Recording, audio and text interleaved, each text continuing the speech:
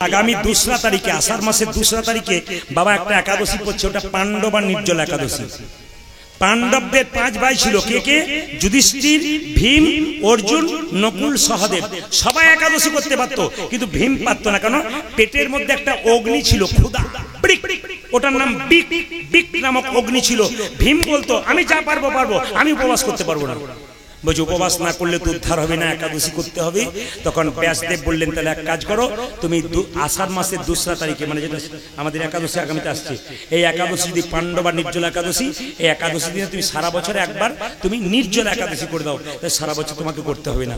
যদি আপনারা 2রা তারিখে, আষাঢ় মাসের 2রা তারিখে যদি আপনারা নির্জল একাদশী করতে পারেন, পাণ্ডব আর নির্জল একাদশী, তাহলে সারা বছর, যারা পারেন না তাদের জন্য বললাম, যারা একবারে পারেন না, যদি সেই দিনটা নির্জল একাদশী করতে পারেন, সারা বছর একাদশী করার দরকার নেই। যারা পারেন না তাদের জন্য, যেমন ভীম পারে না, ভীমের জন্য। যারা পারেন তারা সবাই করবেন।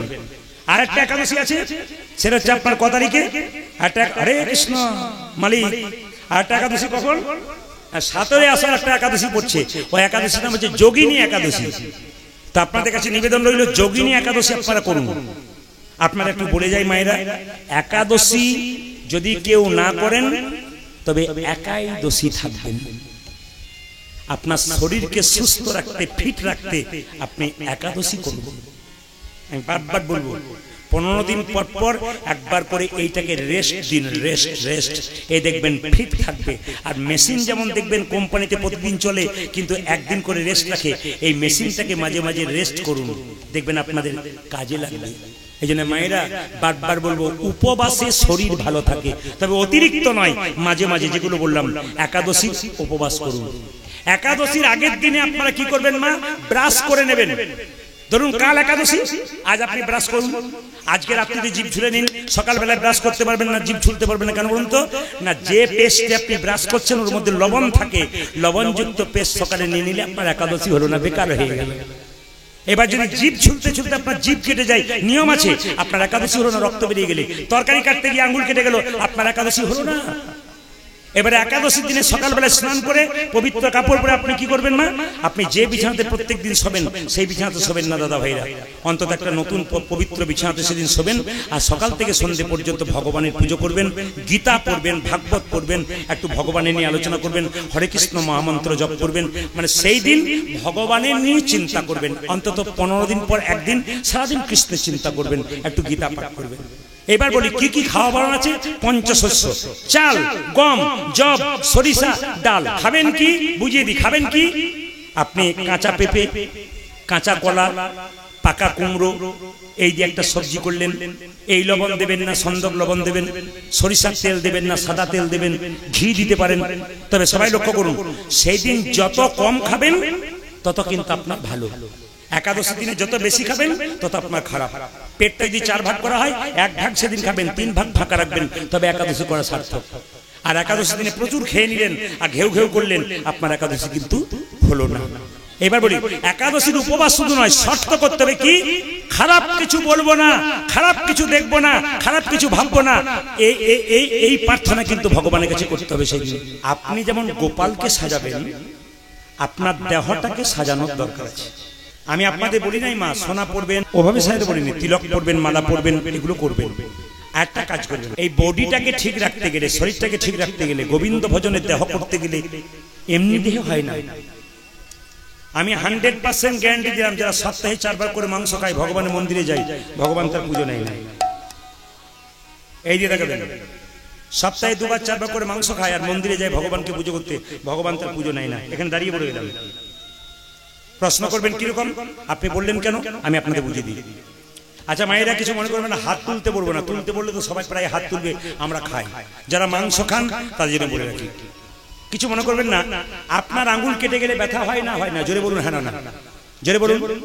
আচ্ছা আপনারা মাথা নাড়াচ্ছেন, আপনারা কিন্তু চুপচাপ আছেন। আঙ্গুল কাটলে ব্যথা হয়, এবার আপনারা বলুন। এখন যদি কেউ বলে আপনার আঙ্গুলটা কেটে দিন, আমি ঝোল করে খাবো, আপনি দেবেন? তাহলে বাজারে যে পাখিটা কাটা হচ্ছে, যে পশুটা কাটা হচ্ছে, আপনারা মাংস নিয়ে আসছেন, তাকে যখন কাটা হচ্ছে, তার শ্বাস যখন রুদ্ধ হয়ে যাচ্ছে, সে ভগবানের কাছে কি বলে বলুন তো? প্রভু তুমি আমাকে জন্ম দিয়েছিলে, এইভাবে মরবো? ভগবান বলে, এ জন্মে তুই যার হাতে মরলি, পরের জন্মে সে আবার তার হাতে মরবে। অনেকে বলবেন আমরা তো কাটি না, আমরা খাই। আপনার থলে নিয়ে যান বলেই তো কাটে। যারা ওইসবের দোকান করে তারা বলবে প্রদীপবাবুকে বাদ দিয়ে কাউকে এনে দিবে না। আমি আপনাদের বলে যাই, একটু মন দিয়ে শুনবেন। ছাগল কি খায়? ঘাস পাতা। জোরে বলুন হ্যাঁ না। জোরে বলবেন হ্যাঁ না। ছাগল ঘাস পাতা খায়। খুব মন দিয়ে শুনবেন বাবা। ছাগলের দাঁতগুলো কেমন? সমান। ছাগল যখন জল খায় তখন কেমন করে খায়? চুমুক দিয়ে খায়। আচ্ছা, কুকুর জল খায় কেমন করে? চেটে চেটে জল খায়। কুকুরের দাঁত দেখেছেন? সামনের দাঁত দুটো বড়। কুকুর মাংস খায়। তাহলে যারা মাংস খায় তাদের সামনের দাঁত দুটো বড়, তারা জল খায়, তাদের জিভ চেটে চেটে জল খায়। কিন্তু ছাগল মাংস খায় না, ঘাস খায়, ও জিভ চুমুক দিয়ে জল খায়, আর দাঁতগুলো দেখবেন আমাদের মতো প্লেন হয়। এবার আপনারা বলুন, আমাদের মিলটা কার সঙ্গে? গরু ছাগলের সঙ্গে না কুকুর বাঘের সঙ্গে? জোরে বলবেন কার সঙ্গে মিল? না না, বিচার করে বলুন আপনারা, তারপরে যা করবেন করবেন। বিচার করবেন কার সঙ্গে মিল আছে। আমি একবারে যুক্তির কথা বলবো, অযুক্তির কথা নয়, শুনবেন ভালো করে। তারপর আপনারা বিচার করবেন আপনারা কি করবেন না করবেন। তাহলে আপনার দাঁতটা কিন্তু ছাগলের সঙ্গে মিল আছে, কিন্তু ছাগলের চাইতো জ্ঞান আমাদের কম। কেন বলুন তো? সব ক্ষেত্রে নয়, কিছু ক্ষেত্রে। কিরকম? ছাগলকে মাংস দিয়ে দিন, ও খাবে না, পালিয়ে যাবে। গরুর মুখের সামনে মাংস দিয়ে দিন, ও খাবে না, পালিয়ে যাবে।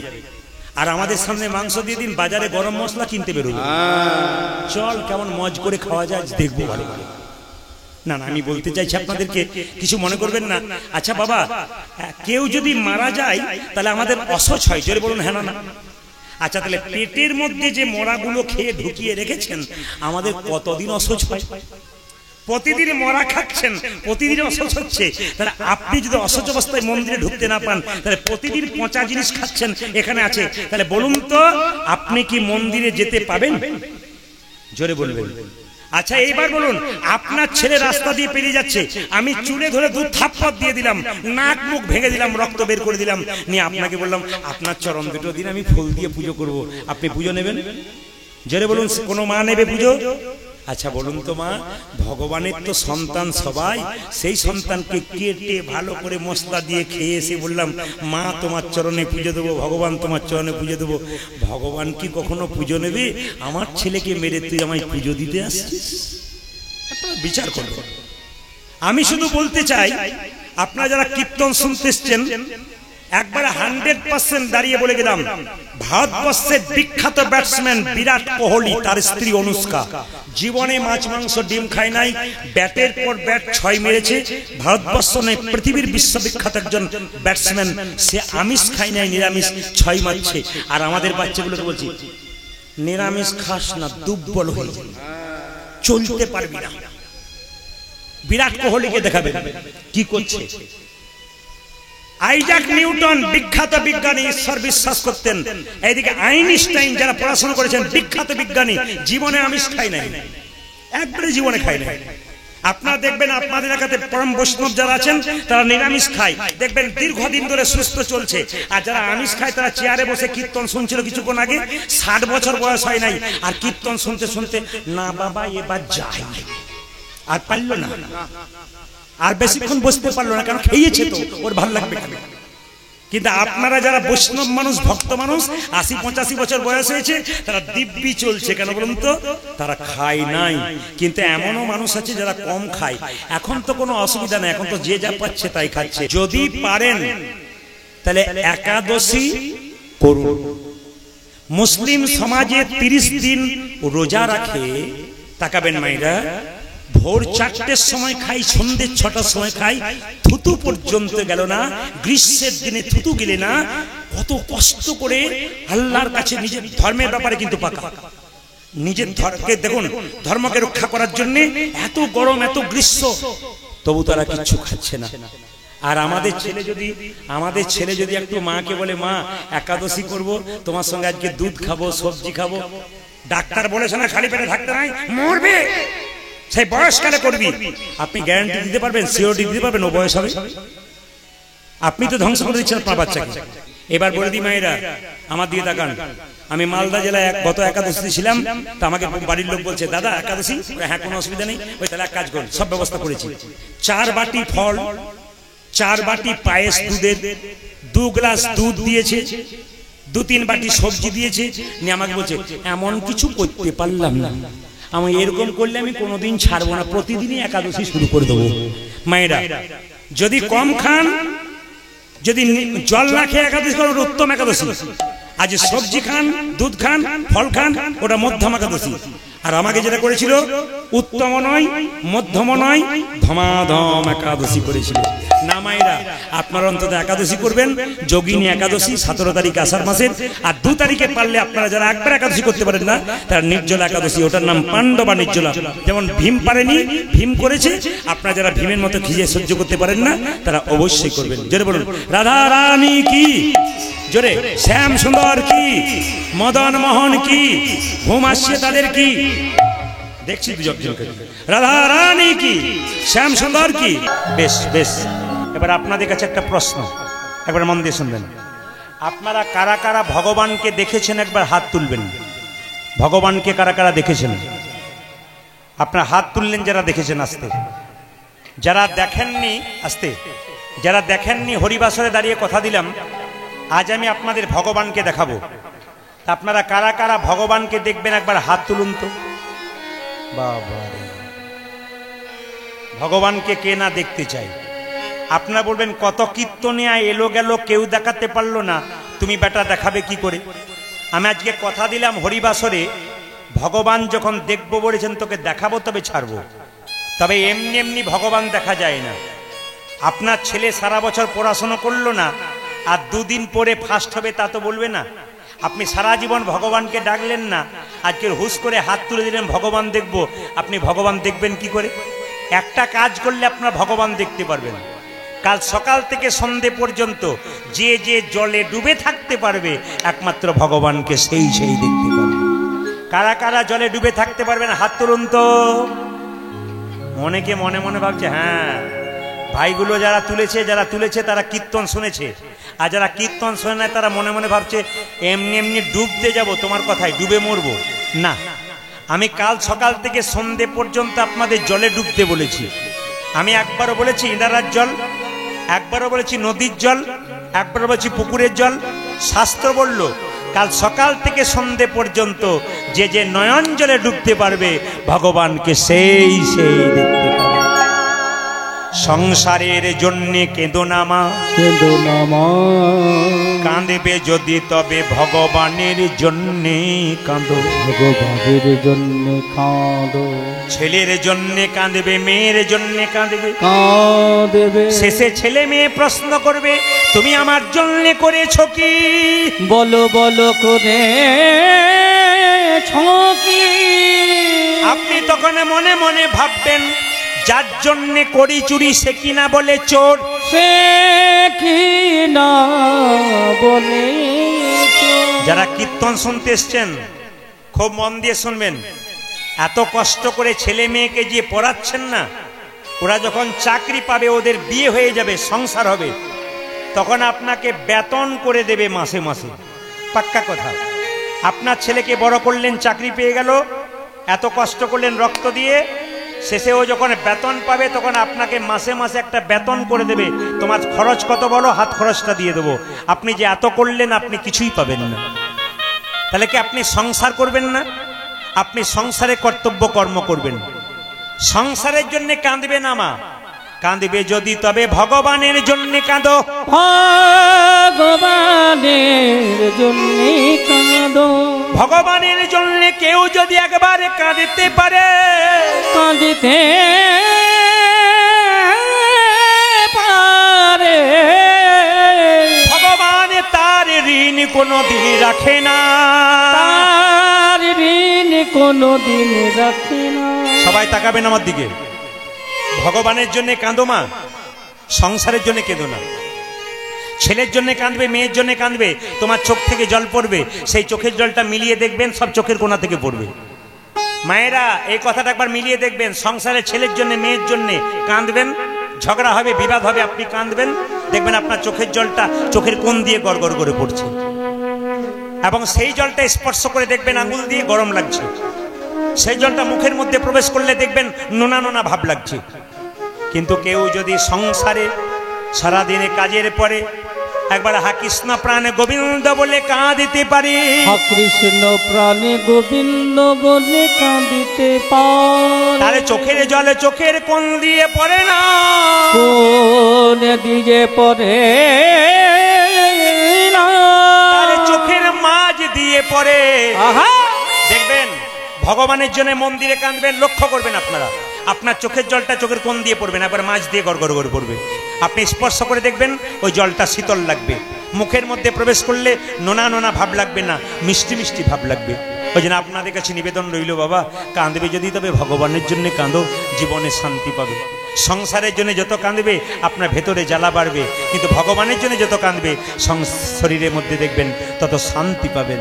আপনারা সবাই তিলক করেছেন, কিন্তু অনেকে তিলক করেছেন অনেকে করেন নাই। কাল থেকে একটা তিলক করবেন, গোবিন্দের কপালে তিলক ছিল, আমি আপনাদের বুঝিয়ে দিই কাল থেকে কেমন তিলক করবেন।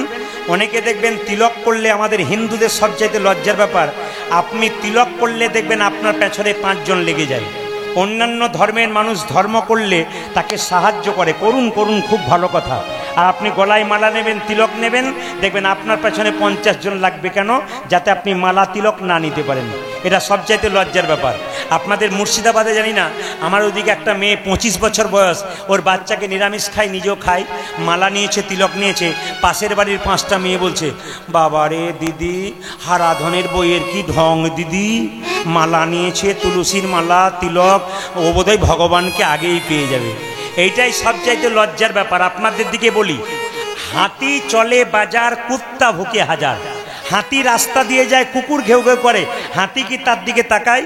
যারা কৃষ্ণ ভক্ত তারা তা হাতির মতো, ওরা পেছন দিকে তাকাবে না, হরিনাম করবে। আর যারা নিন্দুক তারা কুকুরের মতো। একটা কথা জেনে নিন খুব ভালো করে, হ্যাঁ, বলছে নিম পাতাকে যতই মিষ্টি রসে ভেজান, ওর কিন্তু তেতো কোনোদিন দূর হয় না। নিন্দুক মানুষ যারা হয়, যতই ভালো ভালো কথা বলুন, ওর কিন্তু কোনো মতেই ভালো লাগবে না। তাই সবাই লক্ষ্য করুন মায়েরা, তিলক আপনারা নেবেন কেমন, আমার দিকে তাকাবেন। যদি মনে করেন যে আমাদের মতো তিলক নিলে লোকে আপনাকে ঠাট্টা করবে, দরকার নেই। শাস্ত্র বলল জল তিলক করো, এইদিকে শাস্ত্র বলল জল তিলক করো। স্নান করবেন, হাতে জল নেবেন, এই আঙ্গুলে করে আমরা যেমন তিলক নিয়েছি, জলের তিলক নেবেন। কেউ দেখতে পাবে না, কিন্তু জলের তিলক হয়ে গেল। এটা আপনারা করতে পারেন। আপনি খাবার সঙ্গে কি খাবেন দেখে লাভ নেই, কিন্তু স্নান করার পর ভগবানকে তুলসী পত্র দিয়ে আপনি বাঁ হাতে জলটা নিলেন, এরকম করে এই আঙ্গুলে করে তিলকটা নিলেন।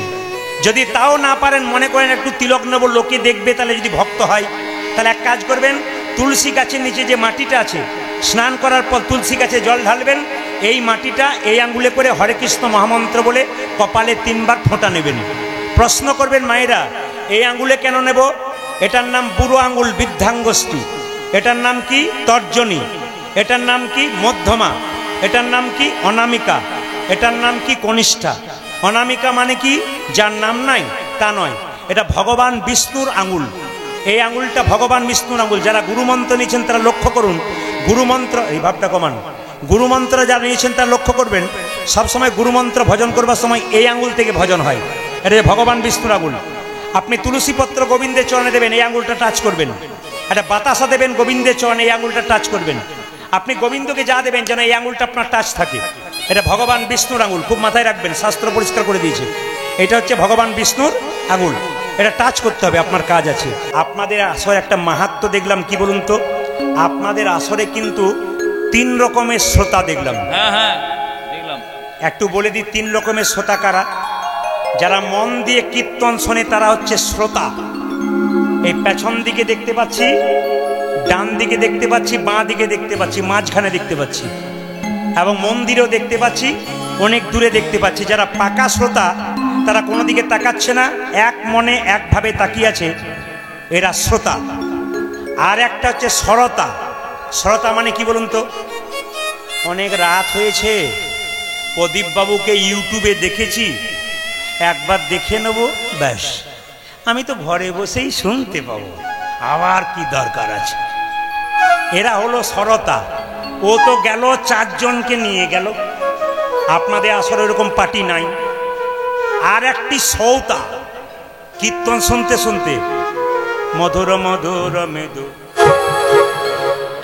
এই পার্টি আপনাদের নাই? হ্যাঁ আছে, যারা আছে তারা বুঝতে পেরেছে আমাদেরকেই ধরেছে। তবে শুনে নিন মায়েরা, হরে কৃষ্ণ, আপনারা শুনে নিন, কোন মায়েরা খুব চালাক বলুন তো? বাবাদের যে সুযোগটা নাই মায়েদের সে সুযোগটা আছে।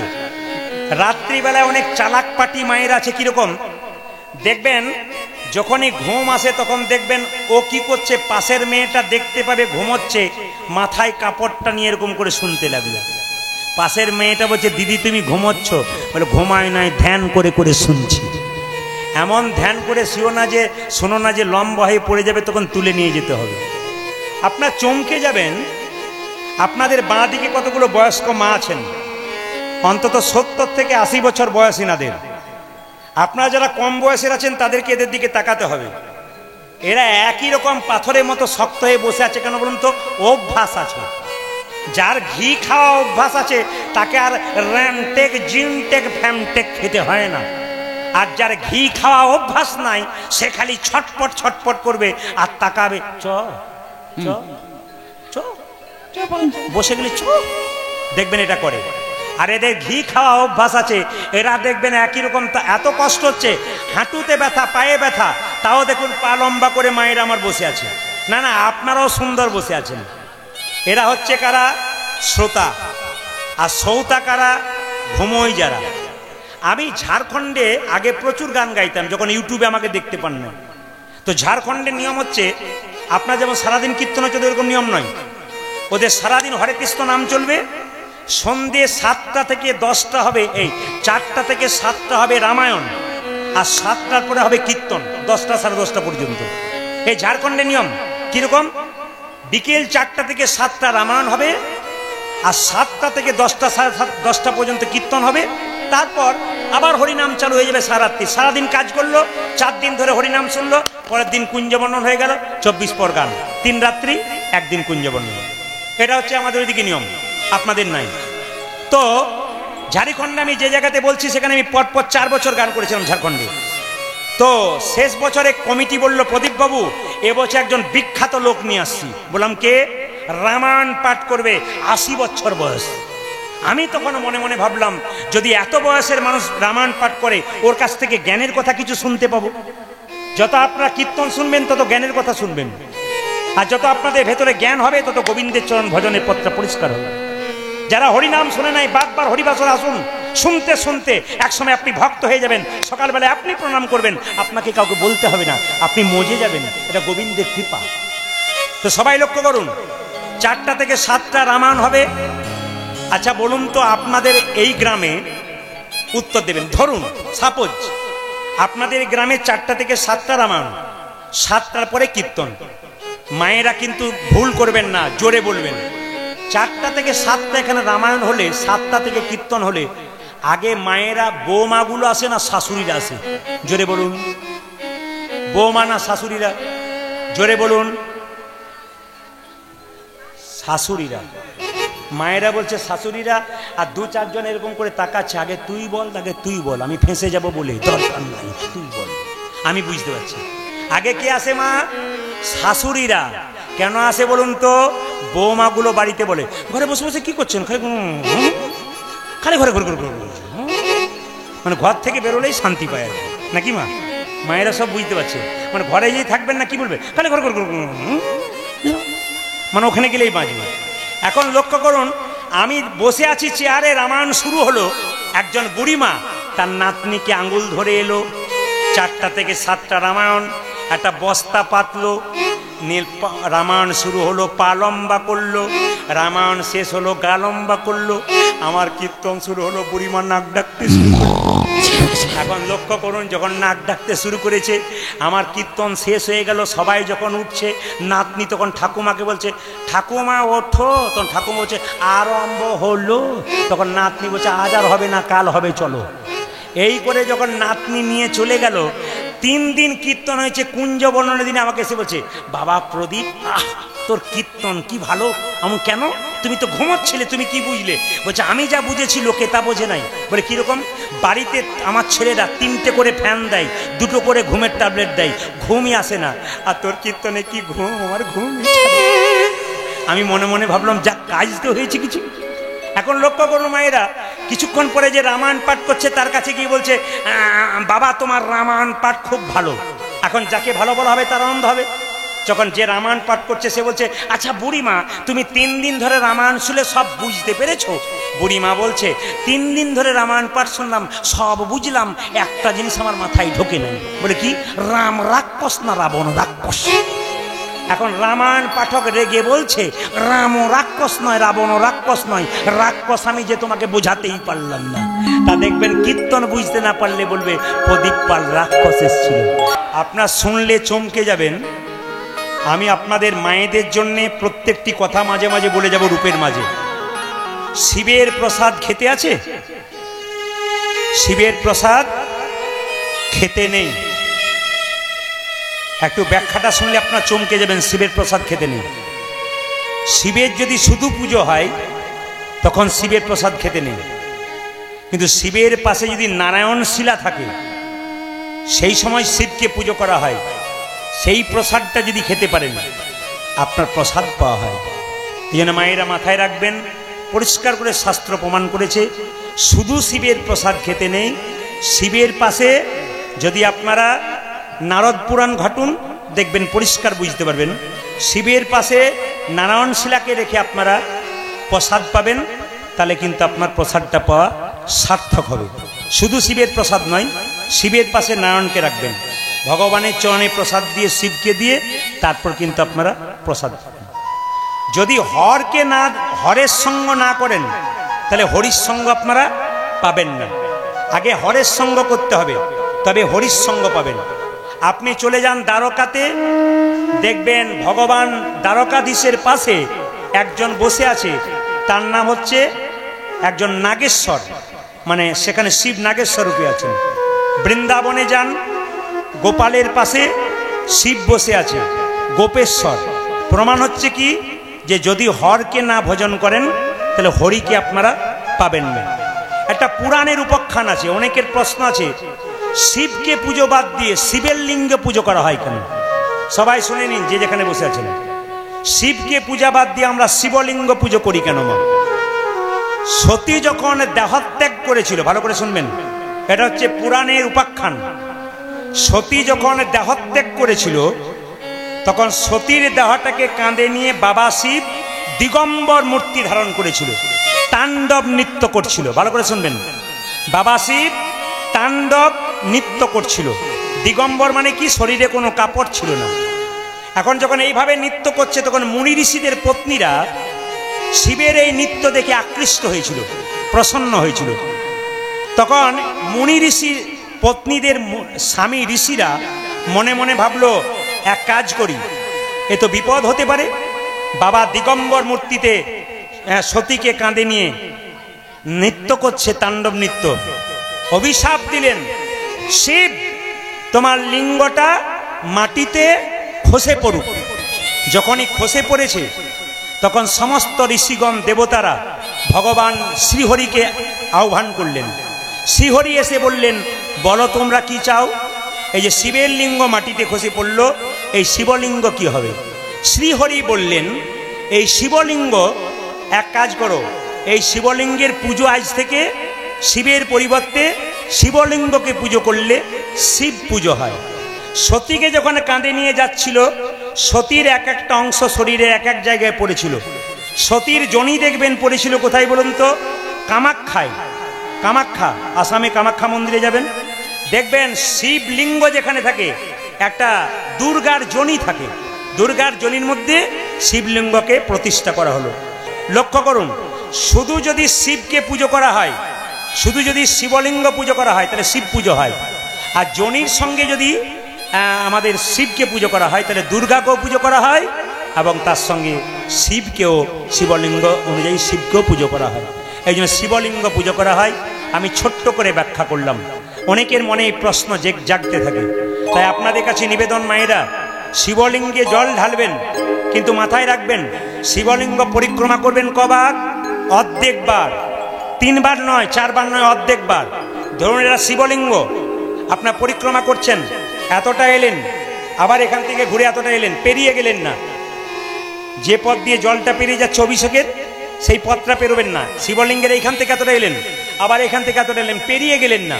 পেরিয়ে গেলে কিন্তু আপনার পুজো কিন্তু আপনার পরিক্রমা হলো না, হাফ বার, অর্ধেক বার। আপনার সবাই জানেন বেলপাতা সোমবার দিন দিতে হয় বাবাকে, কিন্তু মাথায় রাখবেন বেলপাতা তুলতে হয় আগের দিনে, সোমবার দিন তুলতে নাই। যদি কেউ সোমবার দিন বেলপাতা তোলেন ভুল করবেন। হ্যাঁ, শাস্ত্র বলছে সোমবার দিন বেলপাতা তুলতে নেই, আগের দিন তুলে আপনি ভিজিয়ে রাখবেন পাত্রের মধ্যে। সেই বেলপাতা আপনি কি করবেন মায়েরা, সেই বেলপাতা শিবলিঙ্গে দেবেন, বিজোড় দেবেন। বিজোড় 11 দিলে ভালো হয়, না দিলে 9টা দেবেন, না দিলে 7টা দেবেন, না দিলে 5টা দেবেন, না দিলে 3টে দেবেন। শিবকে যদি গঙ্গা জল দিতে পারেন, দুধ দিতে পারেন, খুব ভালো।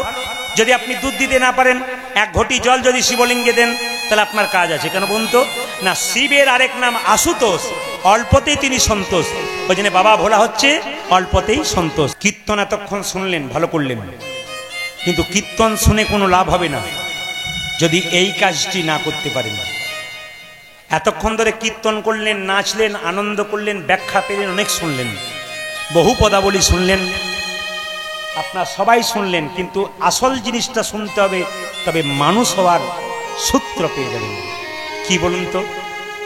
কৃষ্ণকে পুজো করবেন কি না করবেন সেটা আপনার ব্যাপার, শিবকে পুজো করবেন কি না করবেন আপনার ব্যাপার।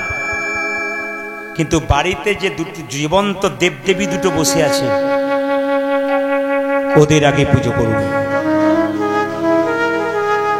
এতজন কীর্তন শুনতে এসছেন, যারা কম বয়সের মেয়ে আছে তাদের কাছে পরিষ্কার প্রদীপ পালের বার্তা, আপনি এই বয়সে রক্তের গরমে যদি বৃদ্ধাকে কাঁদান, আপনার ছেলের মুখটার দিকে তাকিয়ে কাঁদাবেন।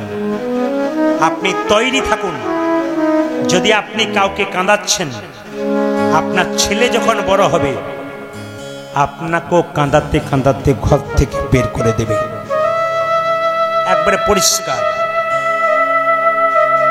আমাদের সবচাইতে দুঃখের ব্যাপার, যে বাবা মা অক্লান্ত পরিশ্রম করে ছেলেকে মানুষ করলো, বাড়ি করে দিল, শেষ জীবনে সবার দাম বাড়ল, বাবা মায়ের দাম কমে গেল।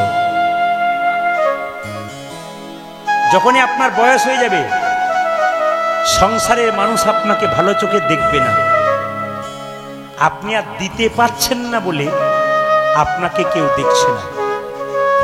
আপনি মাসে মাসে 10,000 20,000 পেনশন পেতেন, দেখতেন আপনার বৌমা আপনাকে কত যত্ন করে পায়ে ধরে সেবা করতো। কেন? গাছটাকে বাঁচিয়ে রাখ, ফল পাবি। আর যদি আপনার কিছুই না থাকে, আপনারা সুযোগ পাবার চান্স নেই। সবার কাছে নিবেদন রইল, আপনারা যে যে বয়সে আছেন, নিজের বাড়িতে ঠাকুমা দাদুর ছবিগুলো আছে, ওদের দিকে একবার তাকাবেন। ওরা একদিন তোমার মতোই ছিল, ওরা ওই জায়গায় গেছে। আপনি আজকে তাকিয়ে তাকিয়ে মনে মনে করবেন, আমি যদি অত দূর পর্যন্ত বাঁচি তাহলে ওই রকমই হব। সেদিন পায়ে চলতে পারবেন না, হাতে শক্তি থাকবে না, সন্তান ছাড়া কোনো পথ থাকবে না। আপনি কীর্তন শুনবেন আর মা বাবাকে খেতে দেবেন না, লাভ হবে না আপনার। যত আপনি দূরে নাচুন, কোমর দোলান, নাচুন, যা করবেন করবেন, আপনার কোনো নাচের দাম নেই, আপনার কোনো আনন্দের দাম নেই, যদি আসল জায়গাটা ঠিক রাখতে না পারেন। ভগবান কৃষ্ণ সুদামাকে বলেছে, সুদামা, এই জগতে 3 রকমের গুরু। প্রথম গুরু বাবা মা, যার থেকে জন্ম পেলি, তাকে যদি সেবা করতে না পারলি, কৃষ্ণ সেবা করে তোর কোনো লাভ নাই। বাড়িতে কৃষ্ণ পুজো করছেন আর নিজের মা বাবা কেঁদে কেঁদে মরছে, ও পুজোর আপনার দাম নাই। আপনি তৈরি থাকুন, আপনার যখন বয়স হবে আপনিও কাঁদবেন। ব্যাংকে টাকা জমা দিলে যেমন তার সুদ পাওয়া যায়, আজকে কাউকে যদি কাঁদান, ওটা আপনি জমা রাখলেন, আপনার যখন বয়স হবে আপনিও কাঁদবেন। তৈরি থাকবেন আপনারা। রাত্রিবেলায় কীর্তন শুনতে এলেন। যখন বাড়ি ফিরে যাবেন দেখবেন বাড়ির সবাই ঘুমাচ্ছে, ঘুমিয়ে আছে, কিন্তু মা বাবা যদি বেঁচে থাকে, ছেলে যদি বাইরে থাকে, সবার ঘুম হয়, কিন্তু মা বাবার ঘুম হয় না। শুধু ঘুম হয় না, মা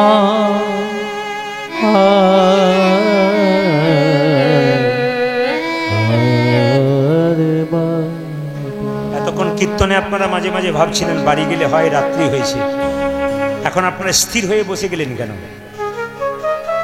বসে গেলেন এই জন্যেই, কীর্তন এমন একটা বিষয়, যদি বিষয়টাকে ঠিকমতো তৈরি করে প্রয়োগ করা হয়, মানুষ স্থির হয়ে শুনতে পারে। একটা মায়ের পেটে একটা বাচ্চা 10 মাস 10 দিন জায়গা হয়, সেই ছেলে বড় হয়ে বহরমপুরে ফ্ল্যাট কিনলে আত্মীয় স্বজন সবার জায়গা হয়, কিন্তু বাবা মায়ের কোনো জায়গা হয় না। জায়গা হয় না শুধু মা,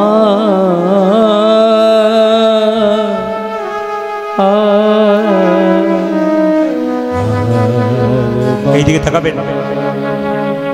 আপনি যদি নিজের বাবা মাকে জায়গা দেবেন না, জায়গা দেবেন না, আপনার ছেলে বড় হয়ে কলকাতায় ফ্ল্যাট কিনবে, ফ্ল্যাট কিনবে, সবার জায়গা হবে, সেই দিন আপনাদের দুজনের জায়গা হবে না।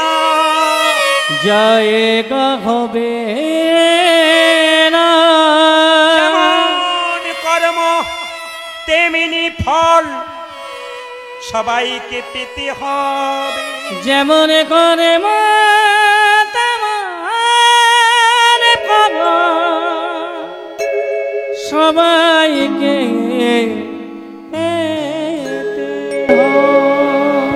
তাকাবেন আমার দিকে, একবারে মন দিয়ে তাকাবেন।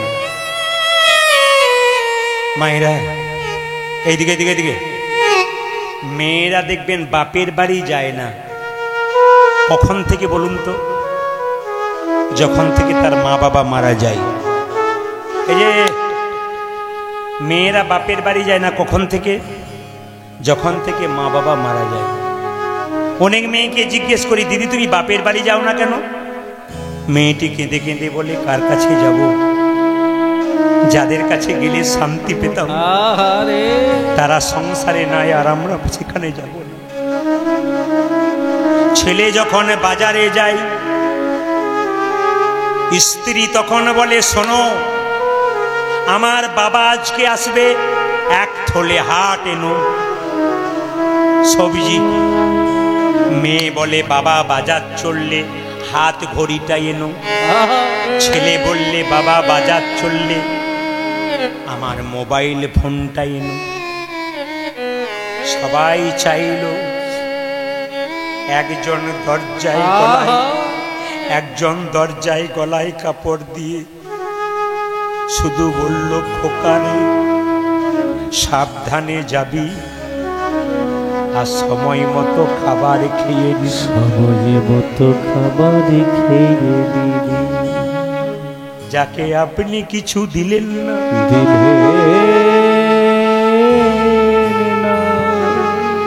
সেই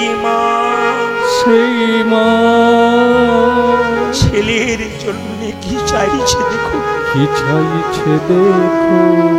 যারা মা বাবাকে দেয় না, এই কথাগুলো তাদের খোঁচার মতো লাগবে, কিন্তু আমি কীর্তন করে আসলে সত্যি কথা বলতে চাই। আপনারা প্রমাণ নিয়ে নেবেন, যদি ভুল করছেন ভুল শুধরে নিন। কে দিচ্ছে না দিচ্ছে আমি বিচার করব না, আমি দেব। তবে পুরুষ মানুষের একটা গন্ডগোল কি আছে বলুন তো? পুরুষ দিতে চায়, নারী যদি নারীর মতো না হয়, পুরুষের হাতটাকে চেপে ধরে। নারী যদি নারীর মতো হয়, পৃথিবীর প্রত্যেকটা পুরুষ ওপর দিকে উঠে যায়, আর নারী যদি আনারী হয়, পুরুষ নিচে নেমে যায়। নারী ছিল পদ্মাবতী, পদ্মাবতী জয়দেবীকে গোবিন্দের চরণ পাইয়ে দিয়েছিল, পাইয়ে দিয়েছিল। নারী ছিল রানী রজকিনীর মেয়ে, রজকিনীর মেয়ে চণ্ডী দাসকে পদকর্তা তৈরি করেছিল।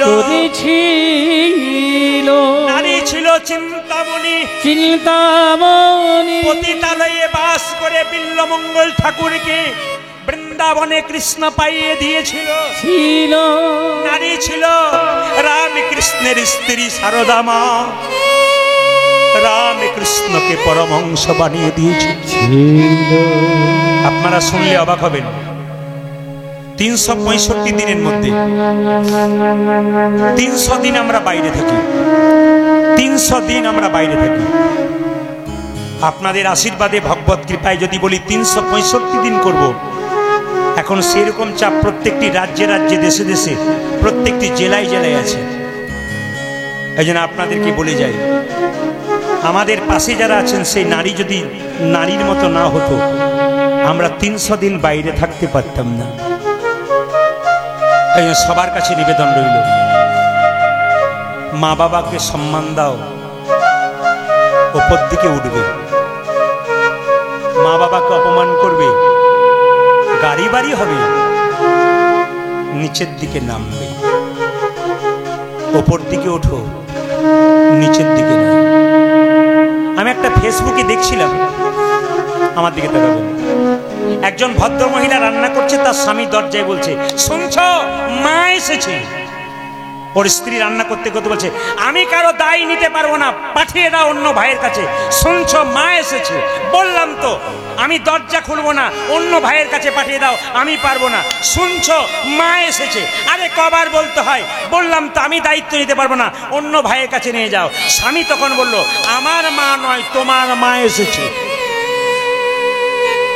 যেই না বললো আমার মা নয় তোমার মা, সঙ্গে সঙ্গে মেয়েটি এসে বলছে, তোমার লজ্জা করে না? আমার মাকে তুমি দাঁড় করিয়ে রেখেছো। নিবেদন আপনাদের সামনে, এরকম নারী হবেন না যার মধ্যে স্বার্থপরতা থাকবে, ছোট মন থাকবে। নারীর মন যদি বড় হয়, সন্তান বড় হয়। আপনি উদার হবেন, আপনার সন্তান বড় হবে। বিদ্যাসাগরের মা খালের মা নয়, বিলের মা নয়, সাগরের মা কেন মা? আপনারা হতে পারলেন না, আমরা হতে পারলাম না। বিদ্যাসাগরের মা কেন হতে পারলেন না? খালের মা নয়, বিলের মা নয়, মা হলো সাগরের মা। কেন? মায়ের মনটা বড় ছিল। প্রমাণ, বিদ্যাসাগর মহাশয় তার মায়ের জন্য একটা শাল এনেছিল কলকাতা থেকে। মা, তুমি ছেঁড়া চাদর নিয়ে ঘুরে বেড়াচ্ছ, কষ্ট পাচ্ছ, তোমার শাল এনে দিলাম। মা বলল, খুব ভালো কাজ করেছিস বাবা। কিন্তু কি করলো জানেন? শালটাকে বাক্সের ভেতরে ভরে দিল। মা, তুমি শালটা গায়ে নিচ্ছ না? নিতে পারলাম না। কেন? পাড়া প্রতিবেশীর কত মা ঠান্ডায় থরথর করে কাঁপছি,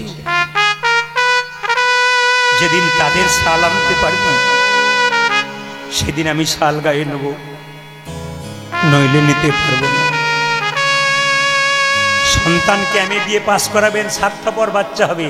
আপনার মন যদি স্বার্থপর হয়,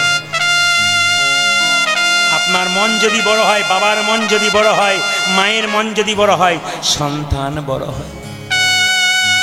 হসপিটালে বাচ্চা হতে গেছে মা, ডাক্তারবাবু বলল মায়ের বাঁচবার আশা নেই, ছেলে বাঁচতে পারে। মা তখন কেঁদে কেঁদে ভগবানের কাছে প্রার্থনা করছে, ডাক্তারবাবুকে ডেকে বলছে, ডাক্তারবাবু আমি যদি মরে যাই, মরে যাব, আমার খোকাকে দেখে যেন মরতে পারি। এরই নাম হলো মা। কাঁদে প্রসবে কাঁদে,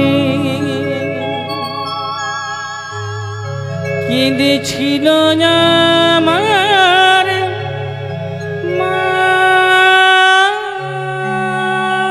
সবাই শুনবেন এই গানটি।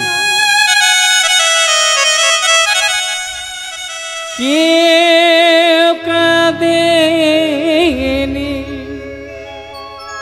প্রসবে কালে,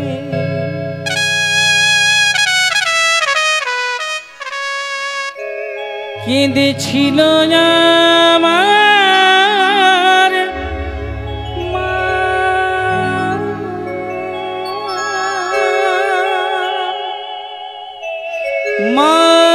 মায়ের অন্তরে কে ব্যথা দিও না,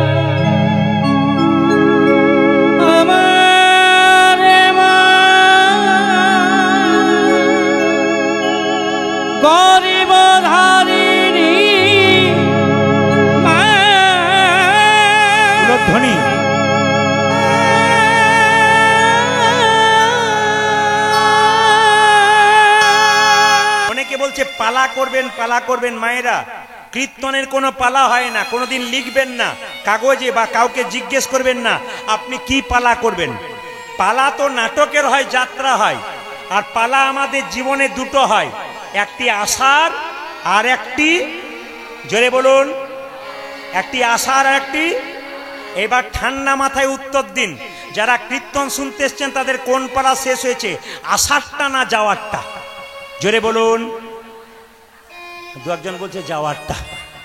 কোনটা শেষ হয়েছে? আষাঢ়টা। বাকি আছে কোনটা? অনেকে ভয়ে বলছে না, যাবে না বলি আর। জোরে বলুন, বাকি আছে কোনটা? যাওয়ারটা। এতই যদি বুঝছেন যাওয়ারটা বাকি আছে, তাহলে সাদা চুলে গোদরেজ নিচ্ছেন কেন? এত যদি বুঝছেন, দেখবেন মৃতদেহ দরজা দিয়ে নিয়ে যায়। বলো হরি। আপনারা প্রণাম করেন, আমিও প্রণাম করে, আর কি ভাবি বলুন তো? ও বোধ হয়ে গেল, আমি বোধ হয়ে যাবো না। কিন্তু যিনি হেলতে দুলতে যায় তিনি আমাদের শিখিয়ে দিয়ে যায়, আমাকে দেখে শিখে নাও। আমি যেমন সংসার করেছিলাম তুমিও সংসার করছো, আমাকে দেখে শিখে নাও। আমি যেমন হেলতে দুলতে বাঁশের মাচায় চেপে চললাম, তুমি তৈরি হয়ে থেকো, আমার মতো তুমিও হেলতে দুলতে চলে যাবে। মায়েরা, যেদিন থেকে আমরা জন্ম নিয়েছি সেদিন থেকে মৃত্যুর পথে আমরা হাঁটছি। জোরে বলুন হ্যাঁ না না। যেদিন থেকে জন্ম নিয়েছি সবাই মৃত্যুর পথে হাঁটছি। মানে যত এগিয়ে যাচ্ছেন মৃত্যুর পথে। কেন বলুন তো? একটা করে রাত পেরোচ্ছে, মানে আপনার জীবনের খাতা থেকে একটা করে দিন বাড়ছে না কমছে? জোরে বলুন। আপনার জীবনের খাতা থেকে কমছে, তাহলে আনন্দ করার কোনো ব্যাপার নেই। একটা করে রাত্রি পেরোলো মানে জীবনের খাতাতে যতদিন বাঁচতেন একটা করে দিন কমে গেল। যাই হোক, যাওয়া আসার লীলাতে আমরা রূপের কথা শুনবো। মায়েরা, রূপ কাকে বলে? যে সাজে না অথচ দেখতে সুন্দর লাগে, এর নাম হচ্ছে রূপ। যে মেয়ে বা যে ছেলে সাজে না, সাজতে হয় না, অথচ দেখতে সুন্দর, এর নাম রূপ। কাজল নেয় নাই কিন্তু মনে হচ্ছে কাজল নিয়েছে, এর নাম রূপ। ও মায়েরা, ঠোঁটে লিপস্টিক নেয়নি অথচ ঠোঁটটা লাল মনে হচ্ছে, এর নাম রূপ। অনেকে কালো মেয়ে আছে দেখবেন, কীর্তন শুনতে আসবার সময় খালি আয়নার সামনে গিয়ে এরকম শিব লক্ষ্মী নারায়ণকে জিজ্ঞেস করছে, এত সুন্দর রংটা দিলে তোমার পছন্দ হলো না? তখন নারায়ণ বলছে লক্ষ্মীকে, যতই পালিশ করুক ধুয়ে দিলে ওই রংটাই বেরিয়ে চলে আসবে। যাকে যা রং দিয়েছি সে যদি পালিশ করে ঘর থেকে বেরোয় তাহলে বুঝবেন লোক ঠকা। না না, আপনাদের কাউকে বলি নাই যারা সেজে এসেছেন, এখানে কেউ করে না। দু চারজন করে ফেলেছে তাই লজ্জায় বলছে আমি করে ফেলেছি। না, চিন্তা নেই, এরা লোক ঠকাতে বেড়াচ্ছে, আমি যা নই তা সেজে দিচ্ছে। না মায়েরা, রূপ এইটাই, দেখতে সুন্দর, কোনো সাজার দরকার হয় না।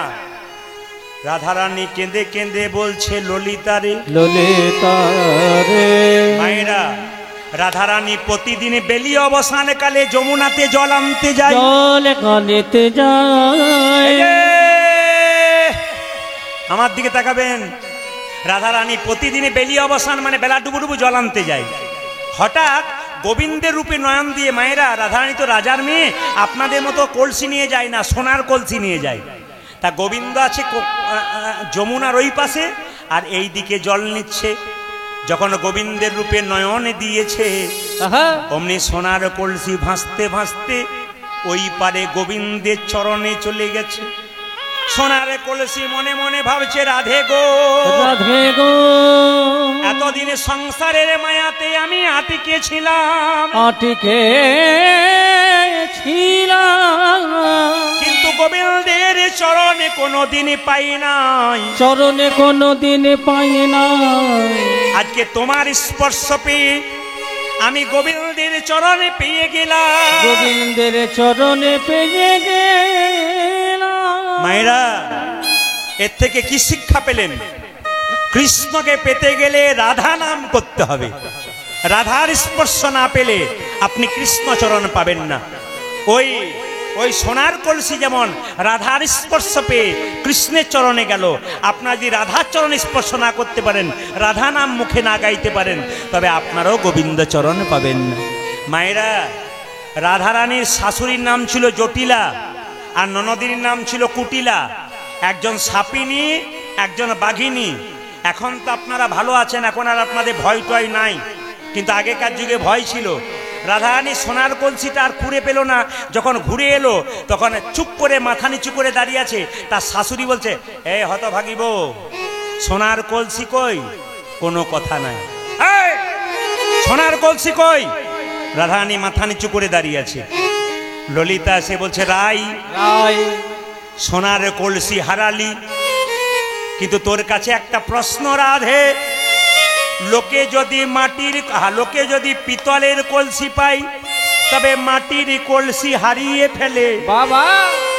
যদি কোনো মা রূপোর কলসি পাই তবে পিতলের কলসি হারিয়ে যায়, কিন্তু কোনো মা যদি সোনার কলসি পাই তবে রূপোর কলসি পাই তবে সোনার কলসি হারিয়ে যায়। কিন্তু সোনার চাইতে কি তুই দামি পেলি, যার জন্য তুই সোনা হারিয়ে এলি?